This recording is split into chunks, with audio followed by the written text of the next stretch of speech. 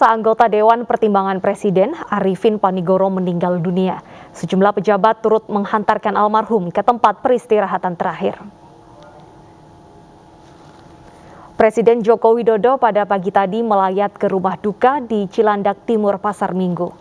Presiden Jokowi disambut istri almarhum Raisis Kartiwa serta kedua anak almarhum Mairah Hanafiah dan Yasir Mairi Arifin Panigoro. Presiden kemudian melaksanakan sholat jenazah berjemaah yang diimami oleh adik almarhum Hilmi Panigoro. Jenazah Arifin Panigoro tiba di tanah air pada Selasa dini hari pukul 4 waktu Indonesia Barat. Setelah tiba di rumah duka di kawasan Cilandak, Jakarta Selatan, almarhum dimakamkan pada pukul 11 waktu Indonesia Barat secara kenegaraan di kawasan Cilandak Timur, Jakarta Selatan.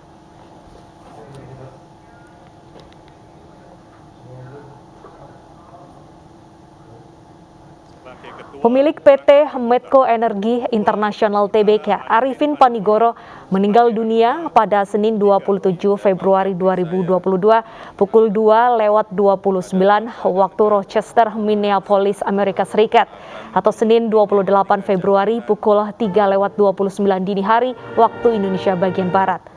Almarhum meninggal dunia pada usia 76 tahun.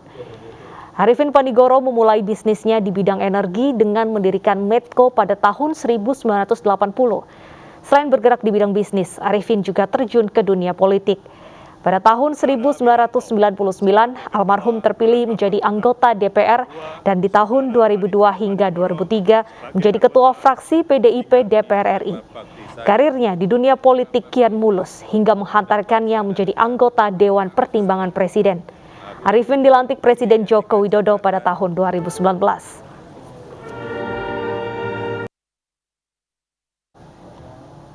Dan pemirsa, kita bergabung dengan rekan Vito Erlangga di rumah duka Cilandak, Jakarta Selatan. Selamat siang Vito, apakah prosesi pemakaman sudah dilaksanakan?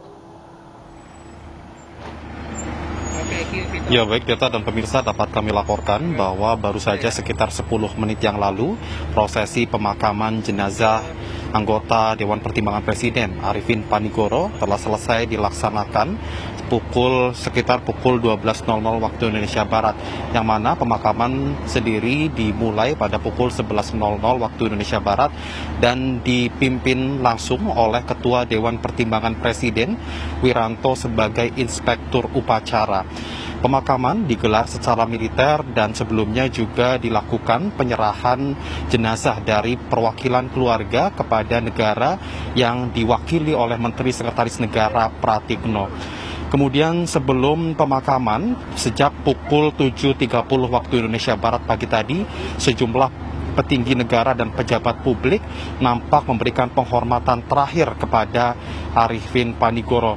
Tadi sekitar pukul 9.00 waktu Indonesia Barat, Presiden Republik Indonesia Joko Widodo juga turut hadir untuk melayat dan memberikan penghormatan terakhir dengan melakukan sholat jenazah.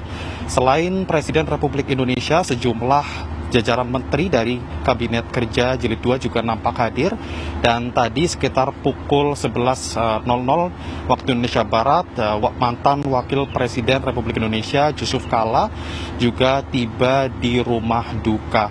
Kemudian untuk pejabat publik yang hadir nampak tadi pagi sekitar pukul 8.00 nampak hadir Gubernur DKI Jakarta Anies Baswedan dan Gubernur Jawa Barat Ridwan Kamil. Seperti diketahui Deta dan pemirsa bahwa Arifin Panigoro merupakan anggota Dewan Pertimbangan Presiden periode 2019-2024, yang mana selain sebagai Dewan Pertimbangan Presiden, Arifin Panigoro juga dikenal sebagai salah satu raja minyak di Indonesia. Hal ini dikarenakan Arifin Panigoro merupakan pemilik dan pendiri PT Medco Energi sebagai perusahaan yang bergerak di bidang migas swasta terbesar di Indonesia. Kembali ke Anda, Deta. Baik, terima kasih Vito atas laporan Anda. Selamat bertugas kembali.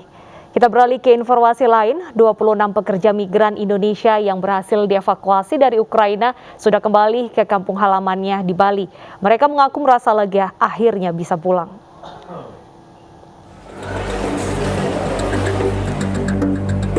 Ke-26 pekerja migran perempuan ini merupakan bagian dari 30 pekerja migran asal Indonesia yang berhasil dievakuasi dari Ukraina.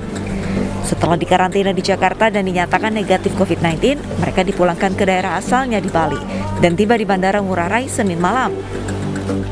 Setelah bisa keluar dari Ukraina dan tiba di tanah air, para migran perempuan yang bekerja sebagai terapis spa di Ukraina ini mengaku bersyukur bisa pulang dengan selamat karena suasana di Ukraina sangat mencekam. Saya yang kerjanya kan di pedesaan. Ya pedesaan nggak terlalu sih. Cuma agak gini aja, terdengar dari kejauhan sampai di apartemen tuh tembakan, bom gitu. Ini jam 3 bangun udah ada bunyi sirine, kita ke berlindung ke bunker. Terus kadang-kadang kita dapat tidurnya cuma 2 jam. Sebelum dievakuasi ke Indonesia, para pekerja migran mendapatkan perlindungan di KBRI Ukraina. Mereka disambut keluarganya dan langsung menuju ke kampung halamannya di sejumlah wilayah di Bali. Dari Badung, Bali, Indira Ari, iNews melaporkan. Pemirsa, di tengah modernisasi masih terdapat tukang servis payung keliling yang menawarkan keahliannya memperbaiki payung yang rusak. Tetaplah bersama kami.